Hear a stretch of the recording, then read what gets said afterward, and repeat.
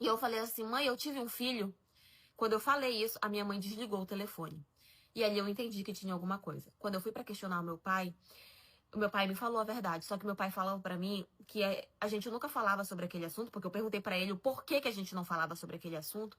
E ele falava pra mim que ele pensava que eu lembrava. Só que como eu não falava sobre aquilo, ele preferia não falar. Porque ele sabia que era uma coisa que me machucava. Então ele dizia pra mim que ele pensava que eu sabia o que tinha acontecido. Só que ele não falava porque eu também não falava sobre aquilo. E eu falei, pai, eu não me lembro de nada. Conclusão, depois de muito conversar com meu pai, depois de muitas sessões, eu fui me lembrando devagar. Aquele padrasto que a minha mãe botou dentro de casa, ele abusou de mim quando eu tinha 10 anos, 11 anos, 12 anos.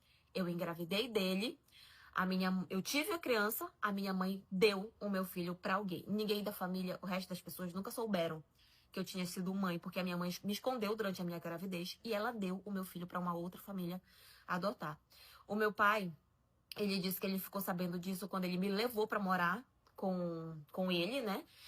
E ele questionou a minha mãe e tudo, e a minha mãe inventou um monte de desculpas falando que eu tinha me envolvido com ele porque eu queria e que eu tinha pedido pra dar a criança. Tipo assim, a minha mãe jogou tudo pra cima de mim. E o meu pai acreditou. Meu pai morava longe, ele achava que realmente aquilo tinha acontecido, que eu tinha me envolvido porque eu queria, que eu tinha engravidado e que eu tinha pedido pra dar a criança porque eu não queria cuidar, porque eu era muito nova. E ele não falava comigo sobre aquilo porque ele achava que eu não queria falar sobre aquilo. Mas ele pediu pra que eu fosse morar com ele porque ele não queria que eu tivesse contato com o meu padrasto. Tudo. O meu pai, gente, ele é uma pessoa muito leiga. Então, né, ele nem sabia que isso era um crime. Naquela idade, estar envolvida com o mais velho, meu pai nem sabia que era um crime. Meu pai, ele não estudou, ele não sabe de nada. Sabe? Ele era realmente uma pessoa, ele é, até hoje, uma pessoa muito leiga que não sabe de nada. Meu pai não estudou, então. Ele pensava que. Ele acreditou na história da minha mãe. Por fim, eu denunciei o meu padrasto, porque a minha mãe ainda estava casada com ele até aquele momento. Eu denunciei ele. Foi toda uma investigação e tudo. A minha mãe teve que falar o que aconteceu. Eu procurei meu filho por todos os cantos e até hoje eu nunca encontrei, porque a minha mãe só deu pra uma família. A minha mãe diz, pelo menos ela fala, não sei se é verdade, mas ela fala que ela nem sequer sabe o nome da família que levou o meu filho. Eu acho que ela sabe, mas ela diz que ela não sabe.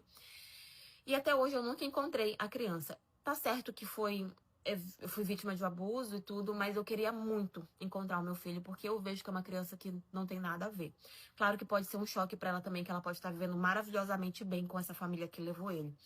Só que assim, é muito bizarro sobre como eu realmente não me lembrava de nada. Eu não me lembrava que eu tinha tido um filho. Eu não lembrava, simplesmente tinha apagado da minha memória. E foi tudo isso por conta de todo o trauma que eu vivi. Hoje em dia, o meu padrasto está preso. Eu não tenho contato com a minha mãe, ela tem